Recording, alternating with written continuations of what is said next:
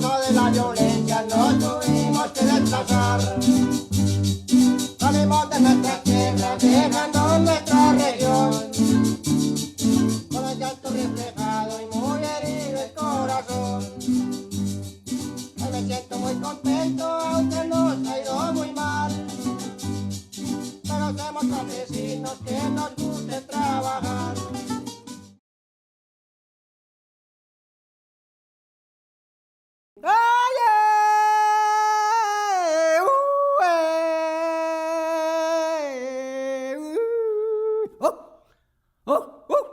En el agua soy un pez y en el monte un cigarrón.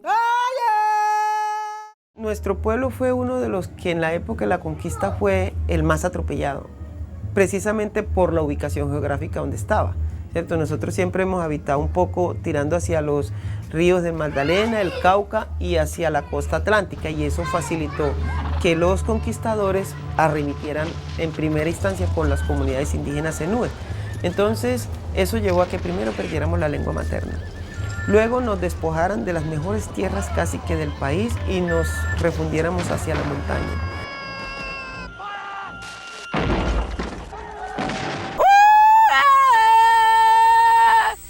La pobreza es un borrón que todo el mundo escurece.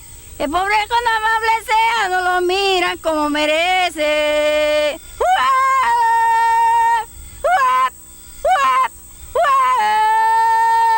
Los enúes se encuentran en el resguardo indígena de San Andrés de Sotavento, Córdoba.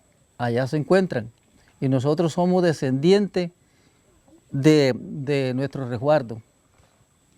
Pero también somos descendientes desde 1920 que llegamos aquí a la zona norte de Urabá. O sea, los primeros fundadores llegaron en 1920. Y como allá estaban nuestros abuelos, ya era limitado donde vivían. No tenían donde trabajar, por culpa de los terratenientes, defraudaron mucho terreno y dejaron nuestros abuelos en la calle. Tienen títulos de 1780 que les reconoce miles de hectáreas entre Córdoba y Sucre especialmente, pero eso se lo desconocen los hacendados y especialmente los turcos. Llegaban y le brindaban que si la ropa, los zapatos, porque no usábamos zapatos, no usábamos vestidos finos. Entonces ellos llegaban a dejarle esa ropa a uno y nuestros abuelos tenían que entregarle las tierras a ellos por eso, porque si no, entonces los mataban, o si no, luchaban a las muchachas, la luchaban para ellos hacerse dueños de ella, pagándole, cobrando la plata. El primer desplazamiento de 1957, recordemos de que en ese tiempo entre los dos partidos, liberal y conservador, se estaban matando, mucha gente se desplazaron para esta zona. Y como había mucha comida para uno mantenerse, no era casi de comprar carne, sino salían era a montear. Ahí llevaban el armadillo, que si la guatinaja, llevaban la mica prieta y todo eso lo componían y esa era la comida, la alimentación para la familia. Dicen que pagaban impuestos altísimos y que era una de las maneras de endeudarlos y poderles quitar el territorio. Porque entonces nos obligaban que pagaran los dueños de finca, que pagaran el reflejo de carretera. Ningún campesino, ningún pobre pues tenía plata. Que cuentan como que eran terrenos baldíos en ese entonces, entonces fueron haciendo sus propias finquitas, pero con el conocimiento de que traían de San Andrés, de que eran indígenas, que tenían una cultura distinta y unos conocimientos diferentes. Cuando lleguemos por aquí, por estas tierras, éramos campesinos. Pues para decir que yo no sabía ni qué cosa era campesino, ni todavía, pero sí escuchaba a mi abuelita que hablaba de cabildo. Esa primera parte, digamos, de la historia del Volado es gracias a José Elías. Él era un hombre alto, muy caritativo, hablador, con mucho cariño. y todo eso. Él decía, compañero, no hay que estar peleando, no hay que estar insultando a las mujeres, no hay que estar tratando a los niños. Ese carisma, esa humildad y esa sabiduría de José Elías fue quien lo llevó a ser el primer gobernador mayor de acá, ¿cierto? De Resguardo. Todo el mundo sabía para dónde iba él. Cuando él venía, decía, bueno, compañero, tengo una reunión pasado mañana porque les voy a decir lo que yo fui a conseguir por allá para que ustedes no estén ignorantes. Y él se iba.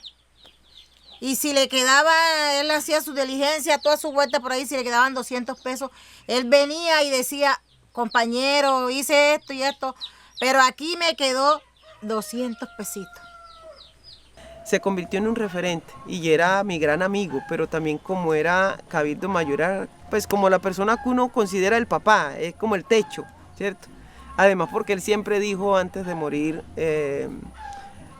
una vez en una reunión, incluso lo dijo pues muy en medio del conflicto en el que estábamos viviendo en Resguardo, José Elías llegó a decir que pasara lo que pasara, no se podía dejar caer la casa que habíamos construido entre todos, y la casa era la comunidad.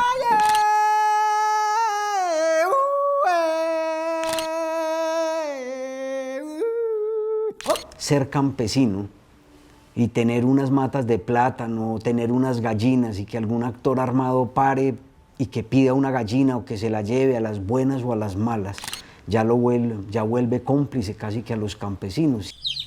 De que se metía una cuadrilla de gente pintado, uno no sabía quién era. Después se metía el otro, también a lo mismo, y uno no sabía quién era. Entonces si llegaban donde uno y decían, nosotros llegamos aquí y vamos a juntar ese fogón allá y cocinamos allá, y ya con eso tenían la otra gente para decir que uno era cómplice de los otros. En ese entonces la mayoría de las familias dormían en el monte, poquito eran los que dormíamos en las casas.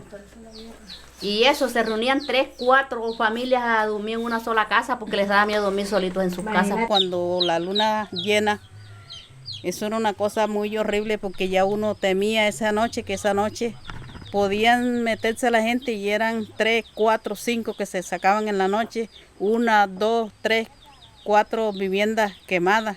Todas esas veredas por ahí, todos se habían ido. Nosotros nos manteníamos ahí en el volado. Incluso mucha gente de estos sectores se iban a dormir allá porque se sentían pues como protegidos, porque nosotros de aquí no nos vamos, de aquí no nos vamos. De que caía a las 4 de la tarde, ya usted por ahí, usted no veía un alma. Toda esa gente se metía en el monte, a dormir en monte, trajundidos por allá, unos rumbones que por allá hacían las casitas en el monte, y por allá cogían todos esos niños con la colchoneta, plástico, y se enguacaban por allá en monte, a dormir en monte. Creo yo que fueron muy pocas veces las que se enfrentaron como tal ellos, guerrilleros y paramilitares. Lo que hicieron fue un festín con la vida de los campesinos, y dentro de esas varias muertes, digamos que se llegó al caso del gobernador, de José Elías Suárez, y yo creo que esa fue ya como la tapa para que la comunidad entendiera que no iban a respetar a ninguna persona. Pero los indígenas tenían mucha claridad y ellos mismos decían que detrás de esos asesinatos lo que había era intereses sobre la tierra. Muchos que se enriquecieron con esa tierra pagaron para que se les desplazara. Lo tenían amarrado. A él lo tenían amarrado con la mano para atrás. No sé, un grupo armado, no sé quién fue que lo asesinó. Nosotros íbamos arriba unos burros, nosotros nos quedamos paradas y él lo llamemos y él no se levantaba donde estaba, ¿no? Él únicamente que nos dijo, caminen mis hijas, caminen que yo voy más atrás. Y nosotros nos fuimos. Cuando íbamos a ir lejos, retirados donde él lo tenía, escuchamos unos disparos. Nosotros nos pusimos a llorar, porque yo iba con mis hermanos también. Cuando llegó mi hijo, que un hijo que yo tenía estudiando ahí en Las Changas, y él llegó corriendo, llorando, me abrazó. Mi hijo. Mami y papi lo mataron, me hicieron unos disparos, que todavía es fecha, que me da dolor bastante. Amenazaron 2 hijos míos. Mis hijos se fueron. En el momento la señora se desesperó, toda la familia se desesperó. A mí lo que se me ocurrió fue mandar a alguien de la casa a la comunidad donde yo estaba dando clase y que bajara toda la comunidad inmediato porque nos veníamos a rescatarlo. Entonces yo siempre pensé, porque José Elías era una persona muy sabia y yo guardé la esperanza siempre en que no lo podían matar. Yo siempre dije, no se descontrole, y que yo sé que José Elías no se deja matar. Yo sé que él está hablando, él está diciendo. Y llegamos allí, pues llegó la gente y no, ya fue imposible. José Elías le dieron un disparo y el resto fue a punta de machete que le dieron, lo mataron a machetazos. Entonces no, ya lo encontraron ahí, lo mataron y se vinieron acá al pueblo, a la comunidad, a decir que no podían ir por él y que ya lo habían justiciado. Eso fue una tristeza muy grande, el pueblo se puso de luto y fue la gente desplazándose y ya ahí lo tuvimos 3 días en su altar. En la noche, los poquitos que habíamos, porque nadie se atrevía de ir acompañando, estaban muertos porque le teníamos miedo a la otra gente. Los poquitos que habíamos, estábamos por allá escondiditos y cuando escuchábamos algún ruido, todo el mundo se metía para dentro de la pieza y dejaban a muertos solos afuera, ¿te acuerdas? El compañero era uno de los dirigentes y uno de los mecanismos que tiene, pues como todos estos actores armados, es justamente generar terror y miedo en las comunidades y por supuesto pues siempre lo que hemos visto es que atacan a quien soporta toda una comunidad y José Elías era eso para la comunidad. Yo lloraba y decía, ay Dios mío, ¿por qué hicieron eso con este cacique? Qué pesar dejar a sus hijos tan chiquitos. En que yo no sé leer, pero yo mis hijos todos, mire, no me están preguntando, pero yo lavaba en 5 casas para darle estudio a mis hijos, para que no quedaran lo mismo como mi mamá me dejó. Yo pagaba matrícula por cota. Oye, yo no lloré porque me vaya yo. La tierra en Urabá es como el pan y es una tierra fértil, es una tierra rica. Y que la gente tuviera que desplazarse de allí era una tragedia.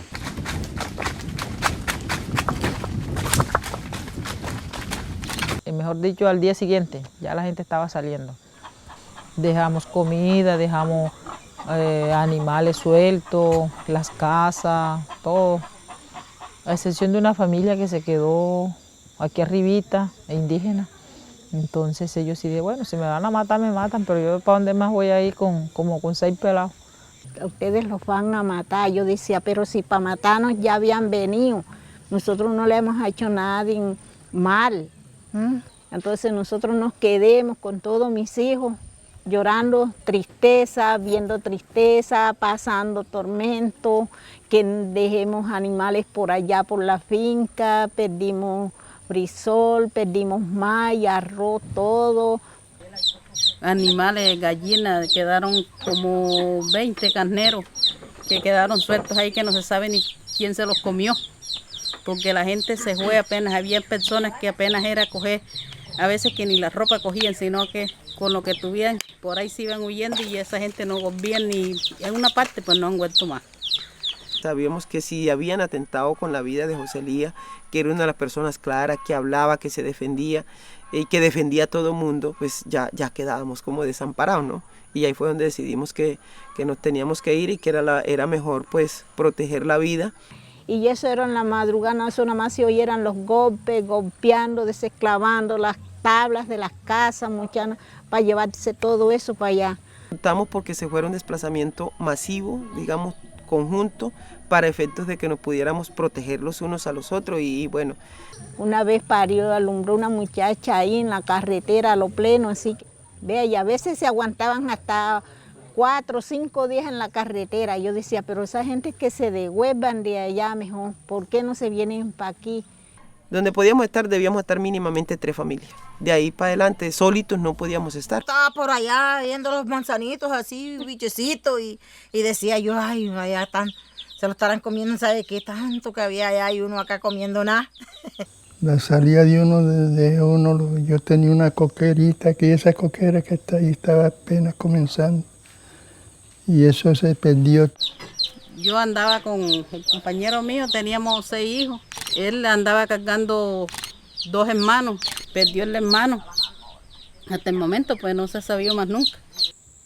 De ahí usted sabe que uno con hijos en casa ajena no vive bien.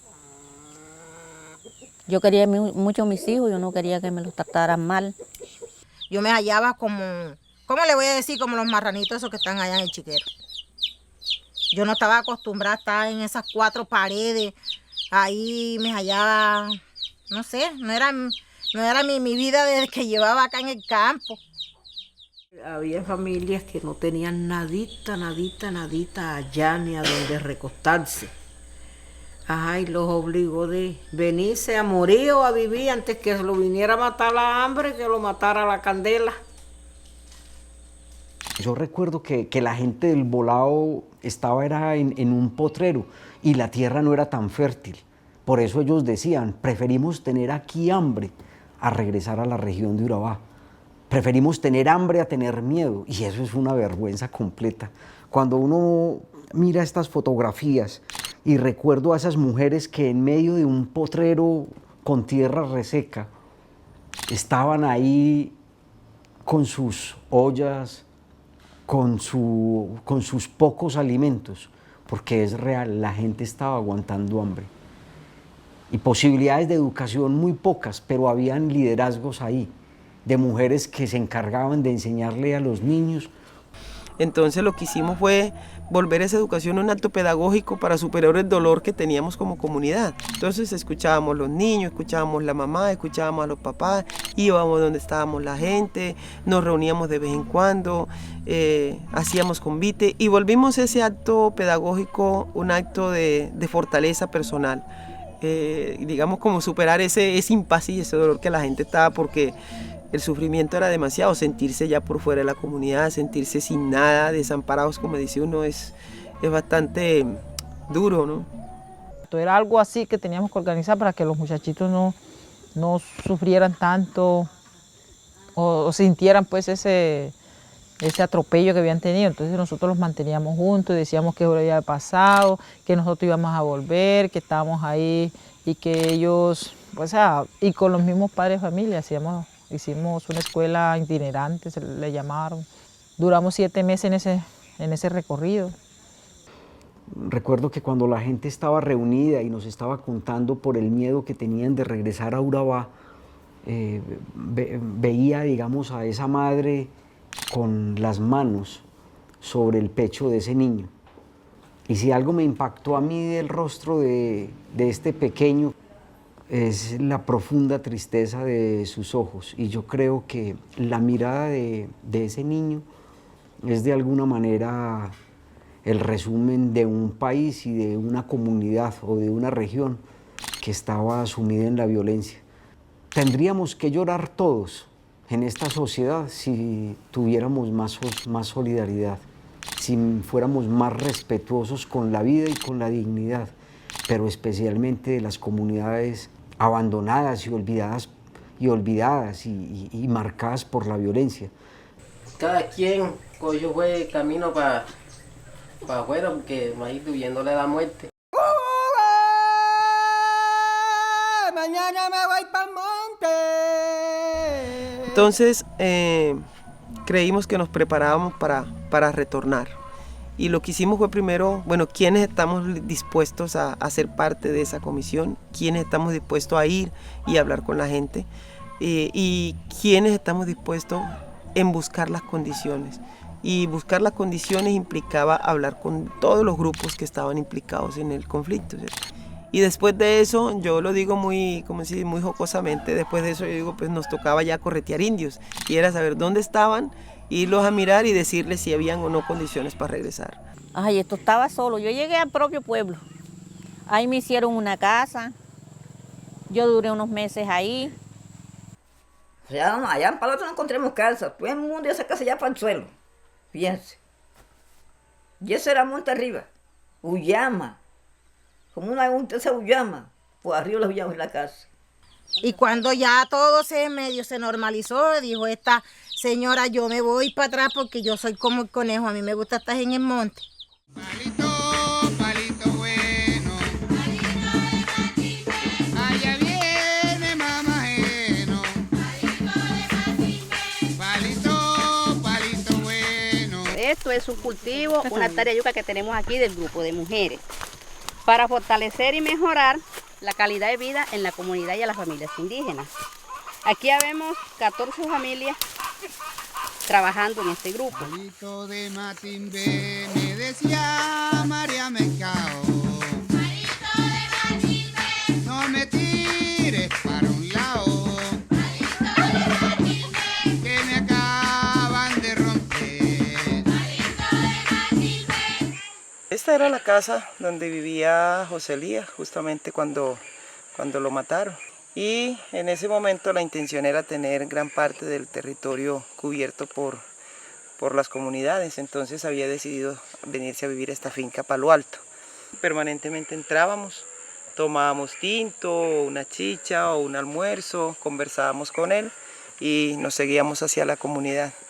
Esta era, digamos, la última casa que estuvo el finado José Elías, siendo gobernador mayor.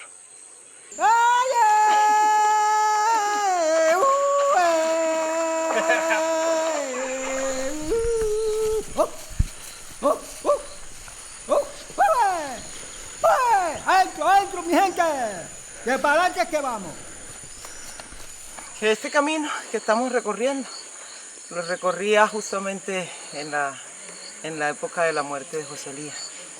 Justamente estábamos montando la escuela de Caracolí y como no habíamos maestros, pero había muchos estudiantes, era más difícil, justamente eso era una de las propuestas distintas, ¿no? Que era mejor que la escuela fuera donde estaban los estudiantes.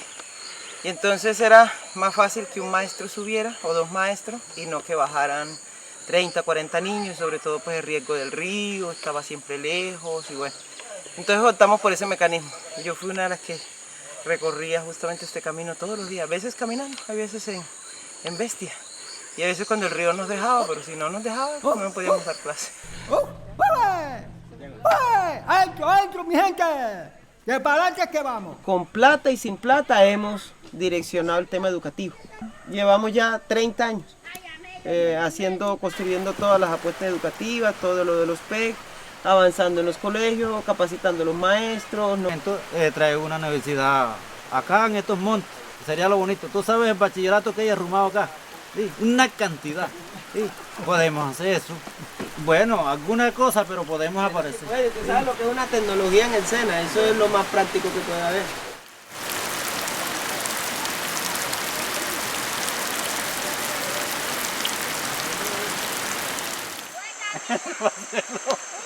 Va a cruzar y usted también.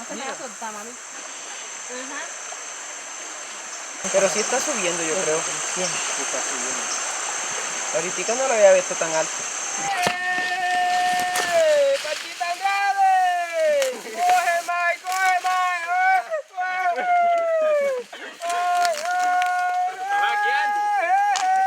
Después del retorno de nosotros acá a nuestro resguardo otra vez, la recuperación de la semilla, nuestros padres pues hicieron esa recuperación así que el uno tenía una variedad, el otro tenía otra.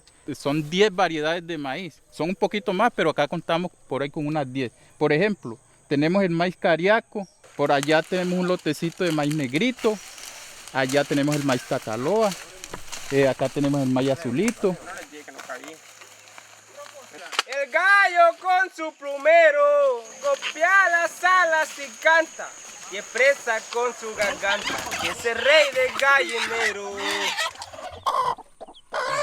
Este es el trabajo de nosotras las mujeres, atender los animalitos de la casa, las gallinas, estar pendientes si les cae piojillo o no, quitándole los pollitos, sacando los huevitos.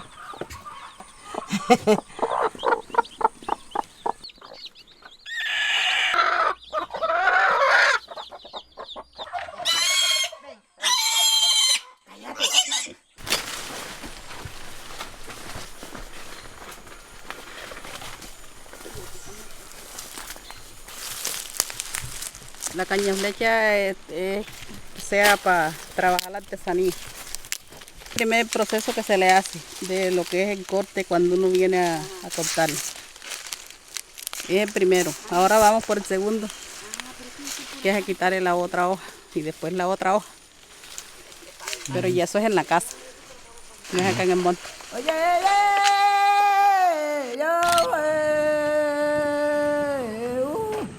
En esta cultura oral no dejemos acabar teniendo tanta virtud. Yo invito a la juventud a que venga este maizal a cantar un verso con rima que identifique al cenú. Con las mazorcas a punto para el bollo preparar. Todos los campesinos juntos, mazorcas vamos a asar. Vamos a repartir el trabajo. Lo que vamos a fritar los buñuelos, lo que van a hacer la mazamorra, los bollos.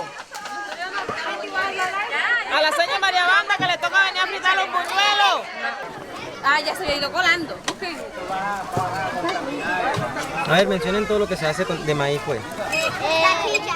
¿Qué más? El bollo. ¿Qué más? El buñuelo. El masato.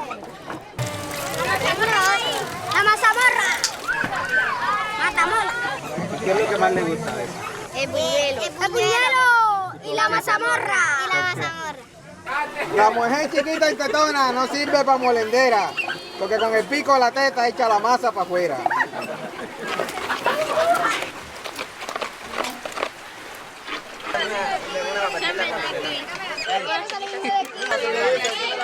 A los pequeñitos. Ese lo dejaste muy pegado allá.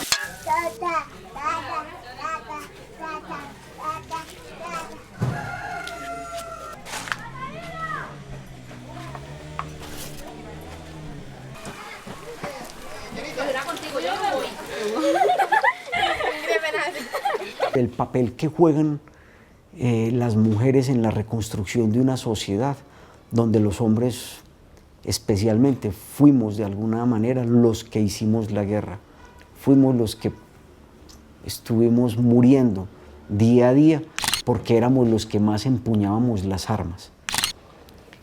Y en esa estela de violencia lo que dejamos son huérfanos y viudas. Y son esas mujeres viudas las que terminan sacando la sociedad adelante, la pequeña familia. Para nosotros los indígenas sí sería bueno de que se firmara lo de la paz. Pues no vamos a decir de que no se van a acabar los problemas van a seguir, pero ya nosotros buscamos la estrategia cómo solucionar los problemas internos. Ya, utilizamos el diálogo, la unidad como compañero. Tener donde trabajar, tener lo básico en el sentido de su agua potable, de su medicina en la casa. Entonces, que la paz es estar bien con el vecino y conmigo misma, con mi familia, ¿ya? Entonces, pienso que eso podría ser para mí. El papel de las mujeres en una sociedad de posconflicto como cuidadoras, como garantes de una ética de vida. Yo creo que nos están enseñando a reconstruir, a volver a sembrar, a volver a unir esos lazos que se rompen por la guerra, todas esas mezquindades y todas esas violencias que especialmente sí hemos dejado los hombres.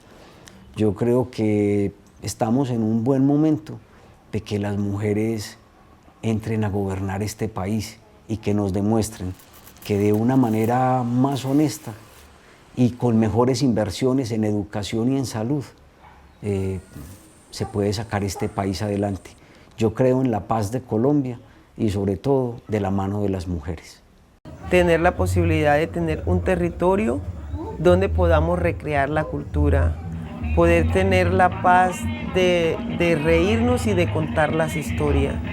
Principalmente la paz le puede venir a usted dejando a un lado ese yo, soy yo.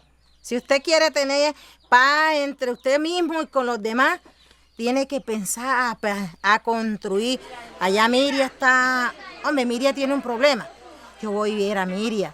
Esto hay que dejarlo, Miria, vamos a hacer así, vamos a procurar de dejar eso, como dijo usted, de estar peleando por ahí o dejándome llevar si acaso del egoísmo. Para mí es que eso es lo que tenía uno paz dentro y con sus compañeros. Siempre está en unidad. Y que lo que le suceda a Miriam me duela a mí.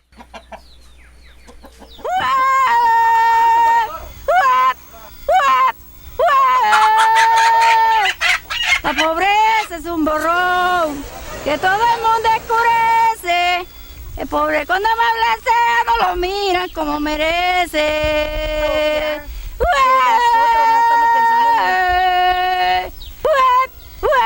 La pobreza es un borrón que todo el mundo oscurece. El pobre cuando me habla no lo miran como merece.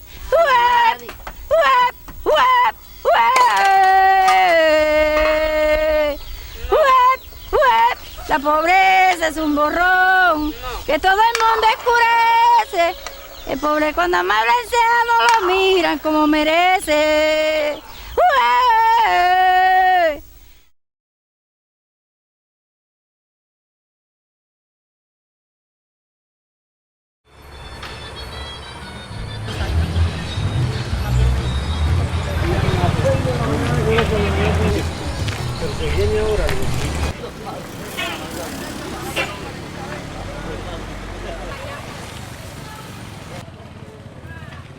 Cuando él era un niño, por ahí que ya perseguía a papá, por decir, como de 5 añitos. El papá se iba de la casa, de la finca, para la Estrella, y él a veces le decía que no lo quería llevar, porque había que cruzar el río, y él le decía, no lo voy a llevar, quédese en la casa. Entonces había un palo grande así, papá llegaba y se escondía ahí, y ante el niño iba llorando tras de él, llorando pasitico, porque cuando él iba pasando ahí derecho, de papá le salía y lo cogía con los ramales así, le pegaba 2 ramalcitos o 3 tal. Que le dije que no lo va a llevar, que se vaya para la casa. Ante el niño se devolvía llorando para abajo y se rascaba la cabecita, así como él era indiecito. Cuando él lo dejaba el pelito medio larguito acá, él corría y el pelito le saltaba así. Y así era, él era muy humanitario desde niño, desde que tenía 14 y 15. Él no le importaba quedarse sin comer para la otra persona. Él decía, denle tal cosa, denle un vaso de agua, fulano, se lo daba. Denle en comida, mijo, no hay no la suya, vamos a partirla.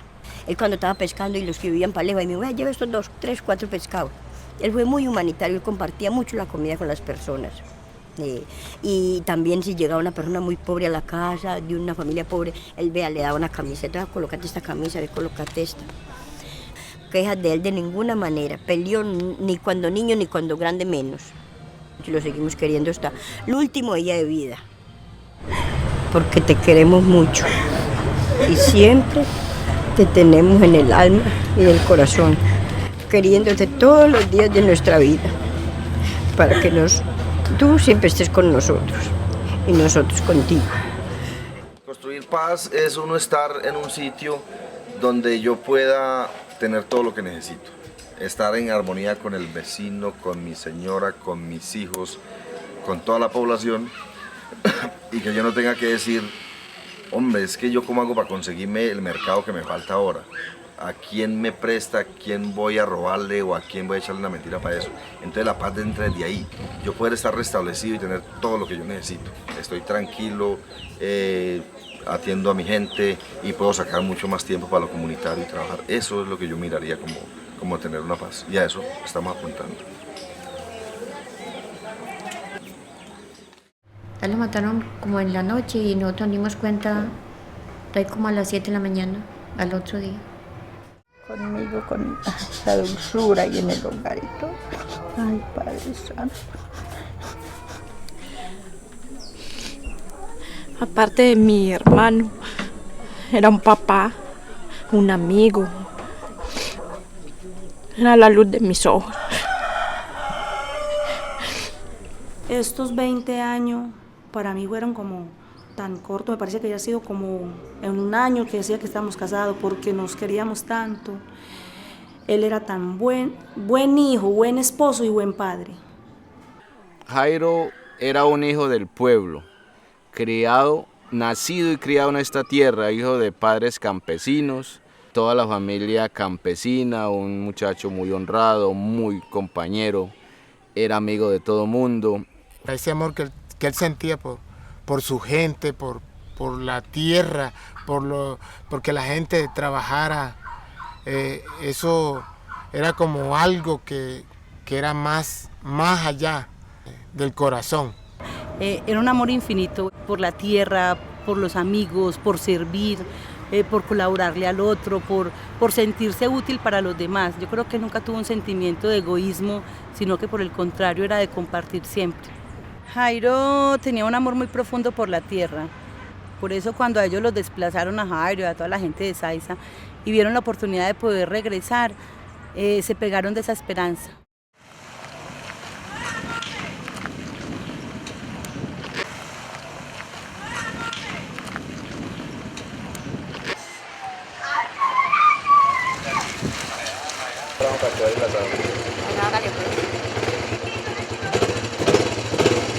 Nos vamos rumbo al campo porque andamos a trabajar. Rumbo a la Villaló.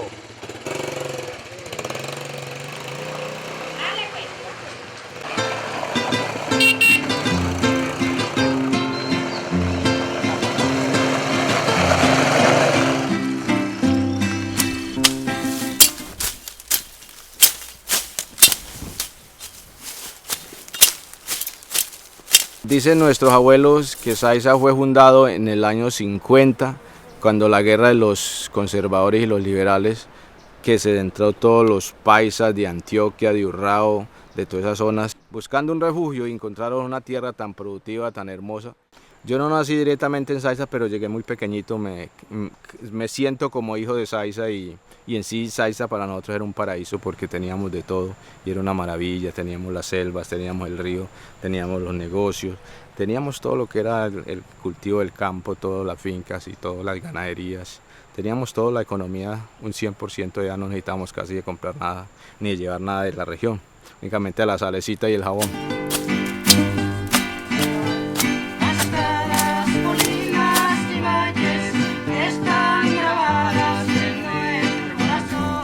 Estábamos en la tierra nosotros. En este tiempo que había chocolo, esto era una fiesta para nosotros. Allá se hacía mazamorra, se hacía arepas de chocolo, tortas. Eso nos reuníamos toda la gente a hacer nuestra fiesta, cosa que hemos ido perdiendo por los desplazamientos, ¿cierto?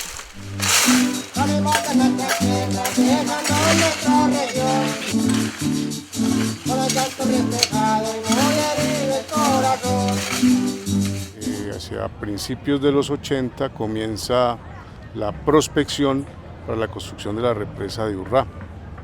Eso significaba la compra y también en últimas el desplazamiento de campesinos y de indígenas que ya habitaban, digamos, las vertientes donde iba a quedar la represa.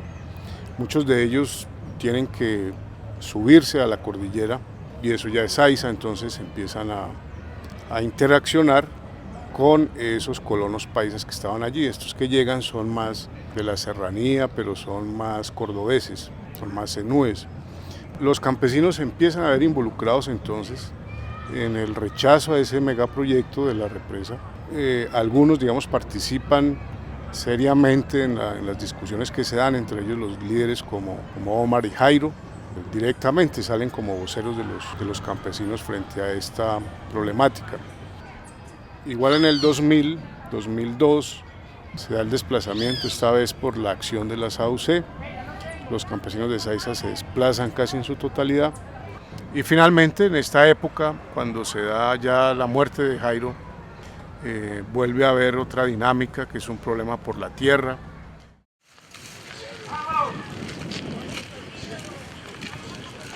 Yo a Mary no la volví a llamar, no la llamaba. En ese momento no se acuerda de llamar tanta gente. Uno no se acuerda de llamar como... No nos llamaron nosotros. Sí, sí. Y sin embargo apareció tanto de Medellín, aquí en el sitio de odontología. Acá están los gatitos. Y estos aquí. Esto lo aprendió él desde muy joven. Le aprendió este trabajo al papá.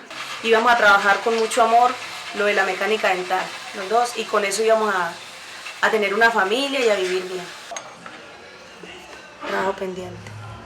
Pero yo hasta el momento esto lo dejar quietecito, porque sentarme aquí a hacer un trabajo me trae mucho recuerdo y me duele en el alma.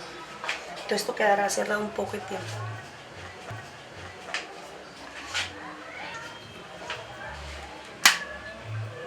Mi papá, pues de cariño, le decía a mi mamá vieja. Entonces él le decía, vieja, yo le voy a hacer el burro para que siembre la cebolla. Y él iba y le buscaba la tierra y todo eso.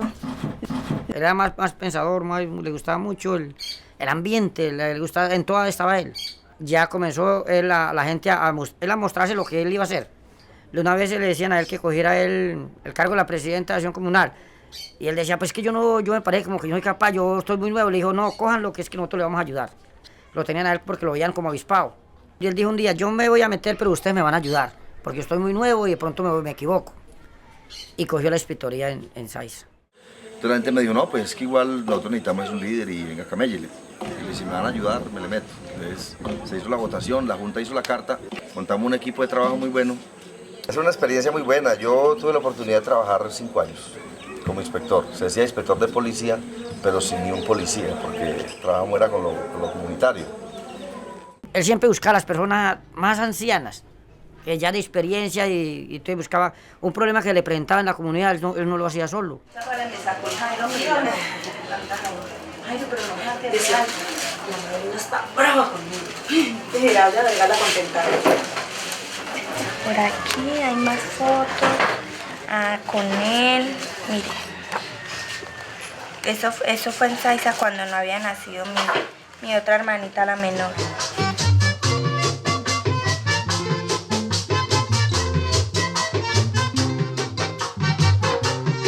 Él siempre en el embarazo de mi mamá, él se iba a pescar y decía que mamá tiene que comer mucho pescado para que nosotros saliéramos muy inteligentes.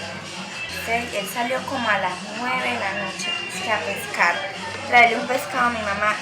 Cuando él quiso venir ya yo había nacido ya. Lo cogió de sorpresa.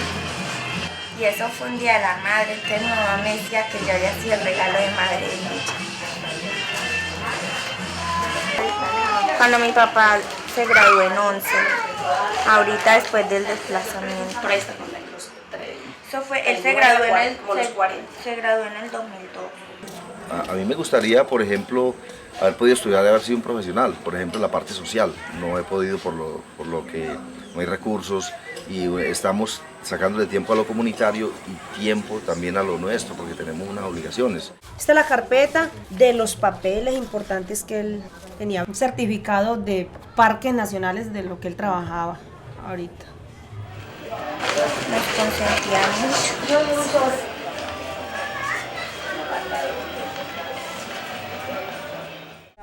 No, mi cielo. Es que después de eso me han llamado. Dígala que contesta. ¿Y está que sabe? Sí. A ver si. Permiso.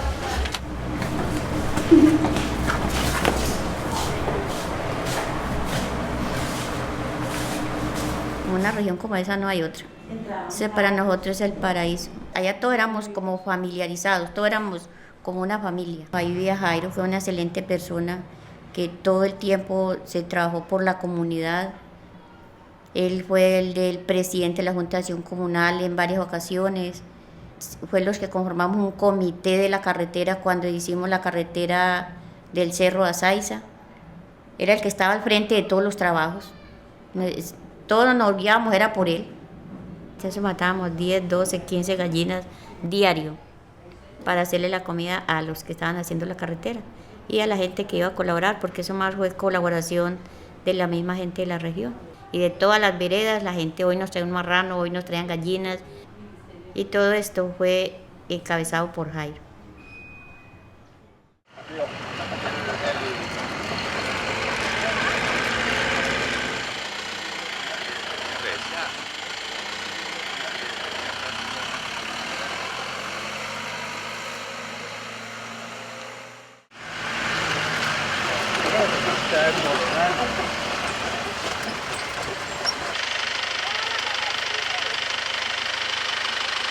Hágale, hágale.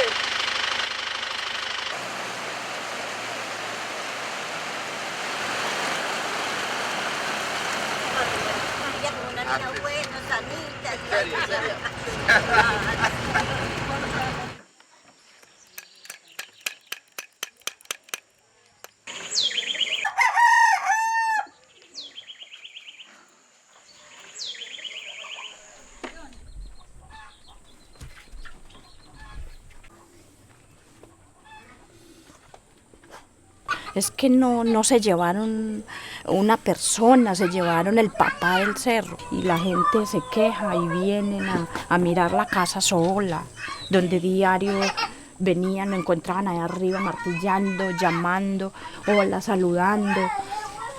Y ahora llegar uno y donde yo llegaba ahí mismo me bajaba, era cargada de la bestia. Él nos iba orientando a cada uno de acuerdo a la necesidad que tenían. Apoyo económico, todo totalmente, ¿no? Todo para nosotros. Ahora no sé. Acabaron con el motor de Saiza. Entonces, ¿quién quiere arrancar a hacer cabeza? Porque pues siempre normalmente tiran a bajar la cabeza para que los otros cojan miedo, y eso, si eso es lo que están haciendo, pues lo lograrían, o no sé, pero hay que seguir trabajando, pero hay que poner mucho cuidado.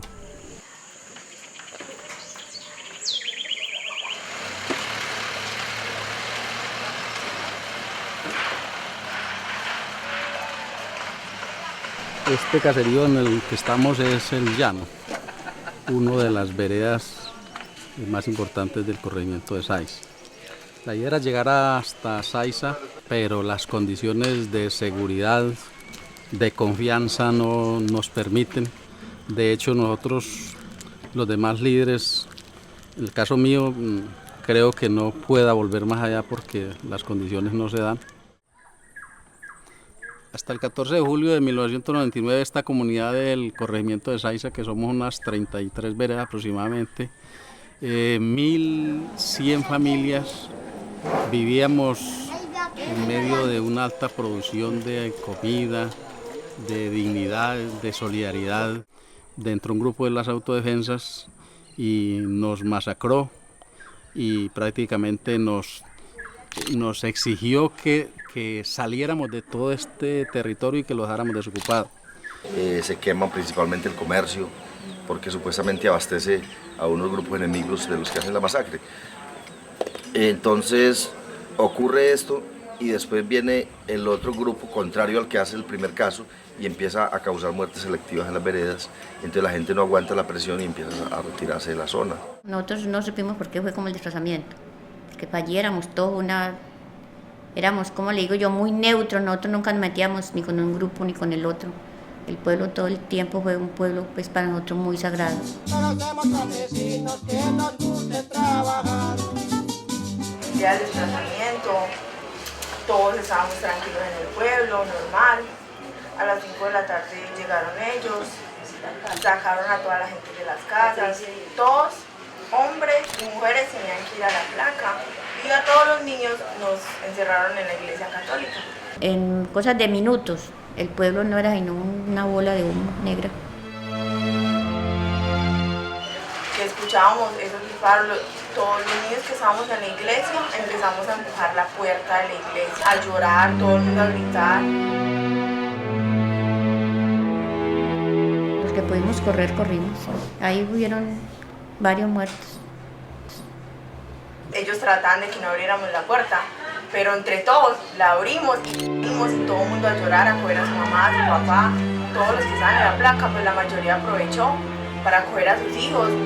Y ese día me acuerdo que nos tocó amanecer en el monte, por allá, en un filo.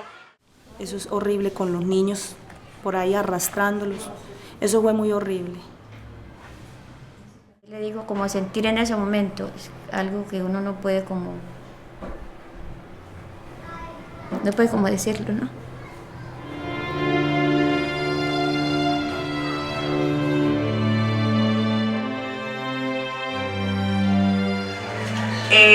Tenía 6 años y gente que, por decirlo así, muy amigos de mi papá, mantenían en mi casa, que me cargaban, que esto y que lo otro. Entonces uno también le dolía mucho ver esa gente ahí tirada en el piso. Eso duele harto. Por causa de la violencia nos tuvimos que desplazar. Salimos de nuestra tierra dejando nuestra región, con el llanto reflejado y muy herido el corazón.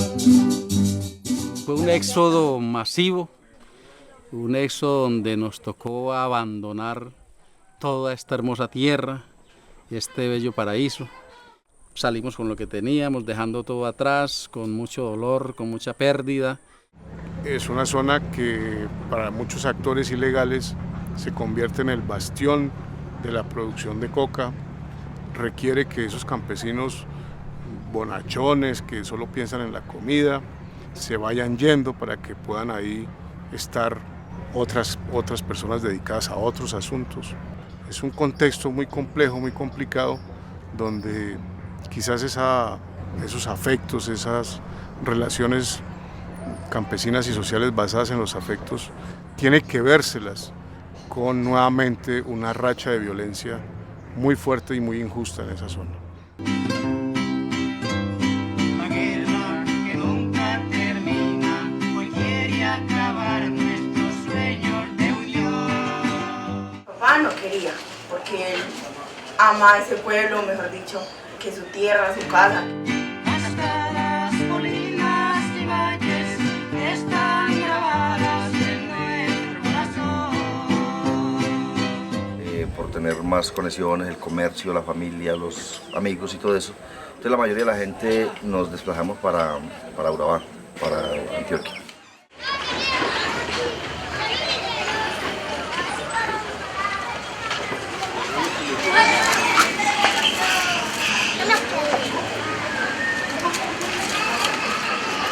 Este barrio sí, llegaron unas familias, estábamos siempre por ahí presentes con ellos, ayudándoles por lo menos a veces por ahí con los consejos y con el acompañamiento, pues, porque la gente viene triste y con niños pequeños, que uno con niño pequeño vive muy aburrido por acá en estos puntos que uno viene y que le parece que no va a vivir porque parece que se va a morir de hambre por ahí. Entonces uno les ayuda como en eso, como en el modo de cómo más o menos ayudarse uno aquí para vivir. Había muchas personas sin saber dónde llegar, porque fuimos desplazados de Saiza para Urabá. Lo que les vengo a contar. Tocar de vivir en la ciudad para uno campesino es una situación bastante difícil, una situación que uno muy incómoda. La ciudad para nosotros no es buena, por lo que ese no es el medio de nosotros, el medio de nosotros ha sido el campo.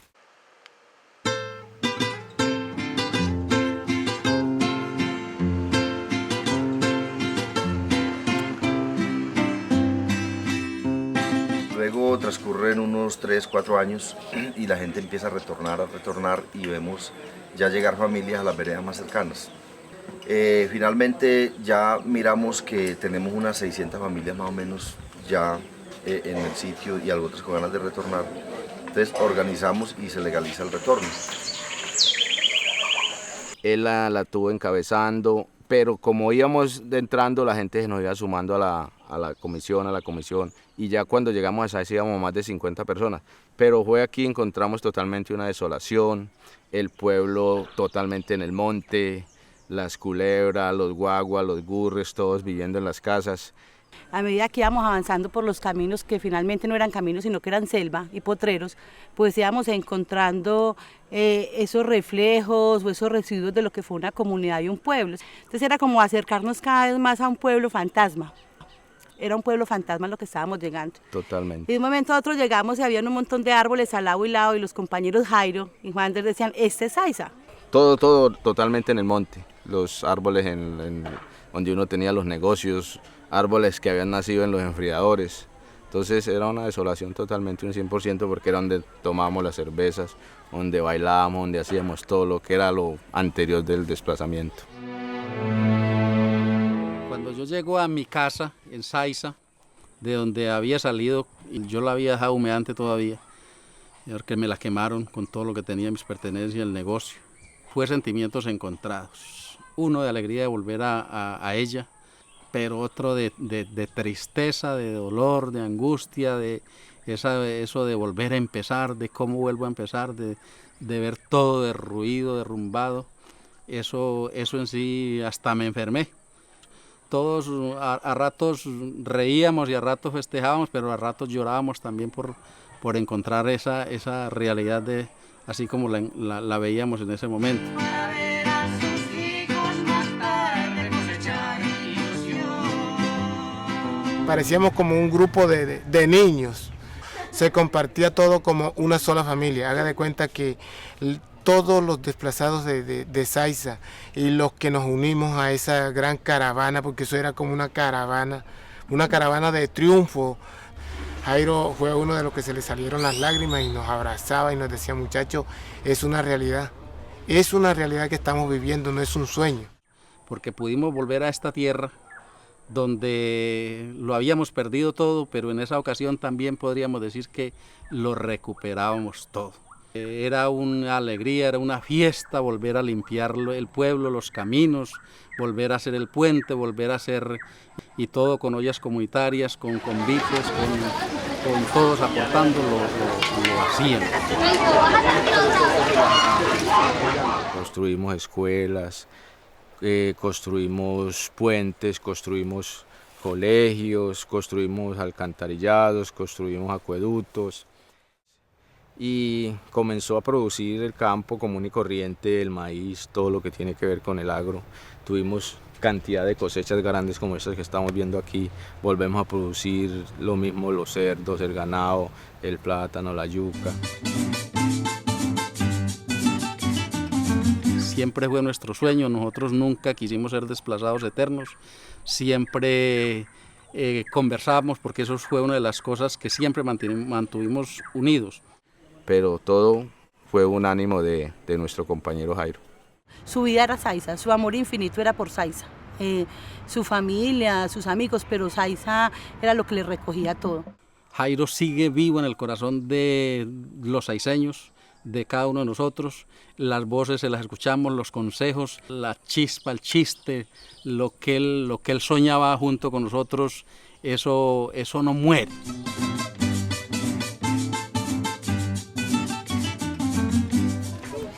Siempre me animaba a estudiar,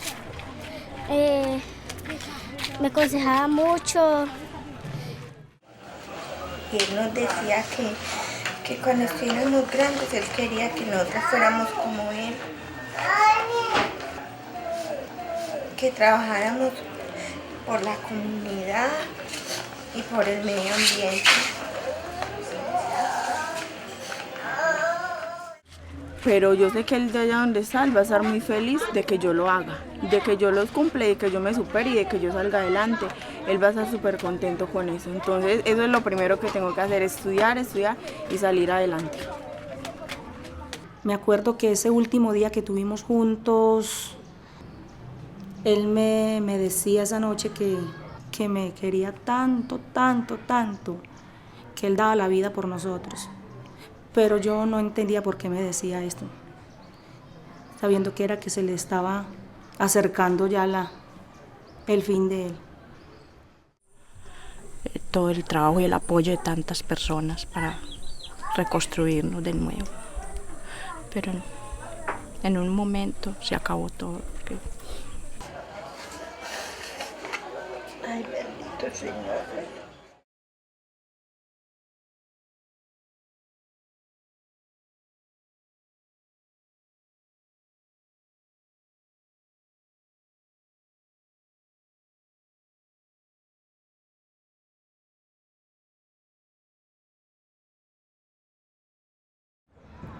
Un verdadero líder con un amor infinito por su tierra, con un amor infinito por su gente, con mucha esperanza y mucha fe en poder progresar, en poder volver a ser esa Saiza que soñaron. Porque el resultado se ve, y también porque ya queda esa enseñanza de que es que así es que nos van a rendir las cosas. Y dificultades pues siempre las hay, a veces con el tema de...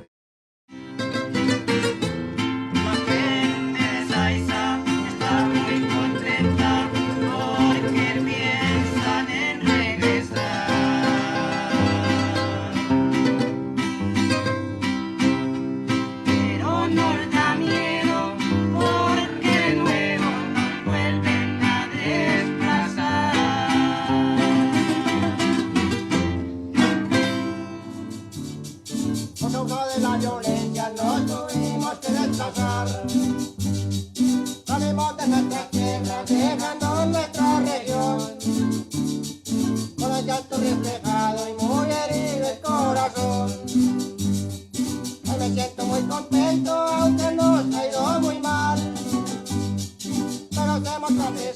que no